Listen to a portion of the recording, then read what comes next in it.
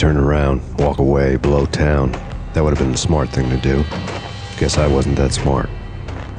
Lupino's tenement buildings were a seedy hangout for all kinds of sleaze. A liquor store, a pawn shop, a laundromat full of mobster bookies and loan sharks. The list went on. The how and why of it was a mystery to me, but they knew I was a cop.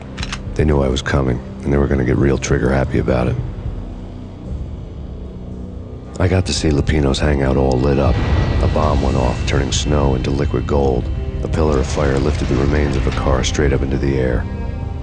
The flames were highlighted on the hood of a black Mercedes-Benz as it coasted down the street real slow, as if the driver didn't have a worry in the world. I got a good look at the man riding shotgun. It was Vladimir, the head of the local Russian mob, the fly in Don Punchinello's suit.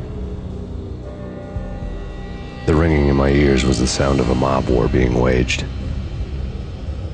Another bomb exploded inside the closest slum building. It was a lucky break. The goons inside were spooked, but luck always came with a price tag. More bombs could still be ticking inside, and the cops would already be on their way. Jack Lupino's suite was on the top floor. At least it used to be, before the explosive makeover. The headlines were screaming bloody murder. The storm was a screaming duet with the approaching prowl car sirens.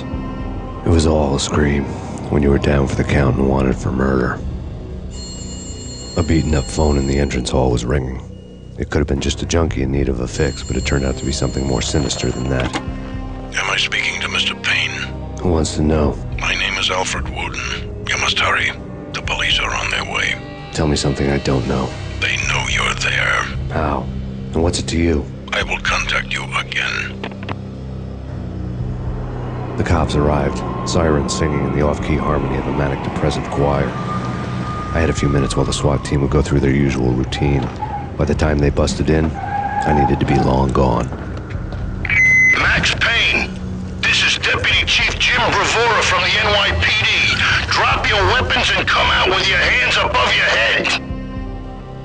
Suddenly it all made sense. The bombs, the Russian mob boss making an appearance in person.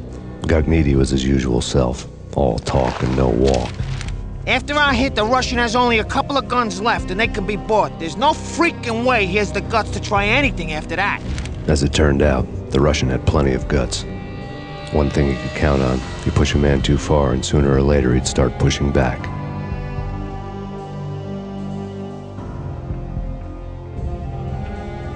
The bombs had destroyed all the stairs up to Lupino's office. The alternate route led there by way of adjoining rooftops. New York City is in crisis tonight, with reports of Valkyr-related gang war in the streets of the Bronx. Apparently, Max Payne, wanted for questioning in connection with the slaying of a DEA special agent earlier tonight, is waging a one-man war against his former partners in crime. Among the listed casualties so far are notorious mafia members Joey and Virgilio Finito, as well as Rico Muerte, himself a fugitive from the law, and a suspect for several murders in the Chicago area. The NYPD has been placed on full alert. A citywide APB has been put out on Max Payne. Deputy Chief Jim Bravura has promised to take whatever steps necessary to bring him to justice. What those steps may be remains to be seen. For NYCNN TV News, this is Kira Silver. Vinny Gagnidi, just the man I've been killing to see. Payne? Freaking fed! I knew from day one there was something screwy about you. What do you think you're doing? You're a freaking cop. You ain't got squat on us. You can't just come in here waving your piece like it meant something. Yeah! Oh my God! Oh God, you shot me! Ah! You're dead, Payne! What the hell are you waiting for, you apes? Kill him! Kill him! With pleasure, boss. Gagnidi bailed. I made like Chow Yun Fat. Vinny Gagnidi was running scared. He could run, but with a bullet in his stomach like a broken bottle of Tabasco, he was quickly running out of time. He knew where his boss was, and I wanted to square things up with Jack Lupino. Gagnidi would be moving fast. I don't know about angels, but it's fear that gives men wings.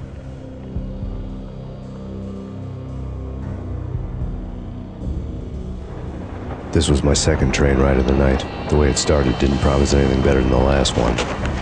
Freezing wind tearing at my face like sandpaper and razors, ice hard and slick under my hands and feet. And somewhere in the background, the wail of sirens, the city howling after me.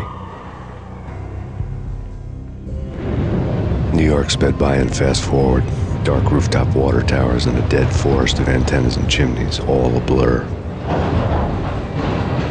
When the train he was riding slowed down, Gognitti made his move. Max Payne has nowhere left to go. We are very close to capturing him. You'll get a full statement then. Right now, I've got better things to do, ma'am. That was Deputy Chief Jim Bravura from the NYPD with no further comment at this time. Apart from his suspicious food habits, I figured Bravura to be one of the good guys. Fate had just dropped us on different sides in this. But when it came to capturing me, he was way out of his league. I had already ditched the cops a couple of rooftops back. For now. Gognitti ran out of steam in a dead-end alley with steam boiling out of the sewer grates like all the fires of hell were burning high beneath us. It was shakedown time. Where's Lupino? Screw you! Bad start, Vinny. Ah! Police brutality! I rate pretty high on that. You can't just hurt me in cold blood? Just keep telling yourself that. Listen good, Candyman. I'm not gonna be anybody's fall guy. I want to know where your boss is hiding. There was no glory in this. I hadn't asked for this crap. Trouble had come to me in big dark swarms. The good and the just were like gold dust in the city. I had no illusions. I was not one of them. I was no hero. Just me and the gun and the crook. My options had decreased to a singular course. I'll tell you, just don't hurt me no more. Lupino's at Ragnarok, the nightclub. Book me, take me in the whole minute to freaking jail, just don't hurt me. Your rights will be read at your funeral.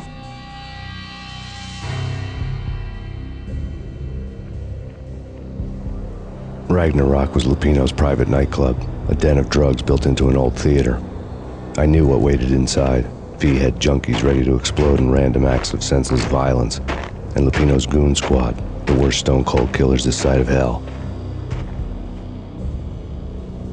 Ragnarok was as inviting as a headache, flickering and flashing to a machine gun beat. The belly of a nightclub was a gothic theme park that began with bondage games and led to the nasty stuff from there. As subtle with its dark message as a cop killer bullet through the heart, like father, like son, just like Jack Lupino. Given the setting, I was surprised to find that somebody had been passing time reading. The paperback was entitled, The Age of Murder and Storm. The blurb on the back mentioned Norse mythos and Ragnarok, the end of a Viking world with a terrible winter that covered the earth in ice, when vile crimes were rampant and all humanity lost. I could see how somebody impressionable might get it into their head that we were at the end of time. I was also beginning to see what the nightclub and its owner were all about.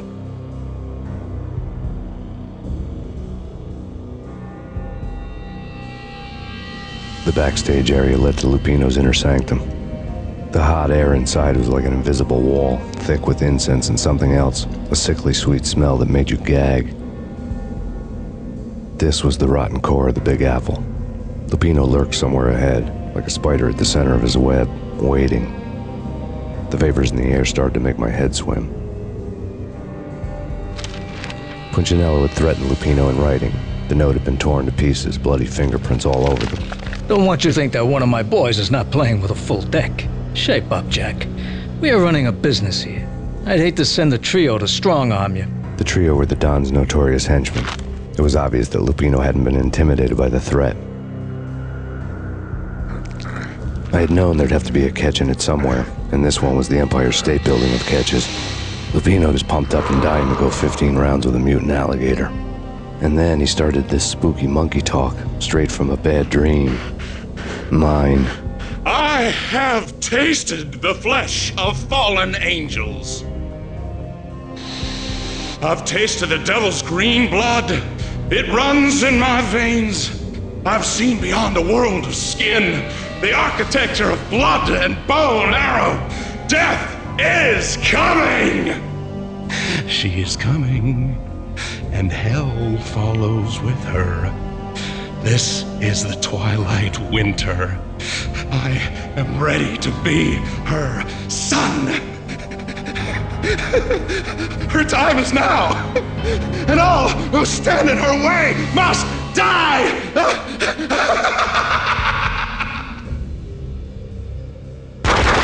When Lupino finally went down, I wanted to make real sure he'd stay that way. V was a bad monster. Turned them into friggin' zombie demons from outer space. I think he's dead already. Huh? And that's when it happened. But dead or not, you've got the wrong guy. In stepped this knockout femme fatale holding a gun to my face. I returned the favor.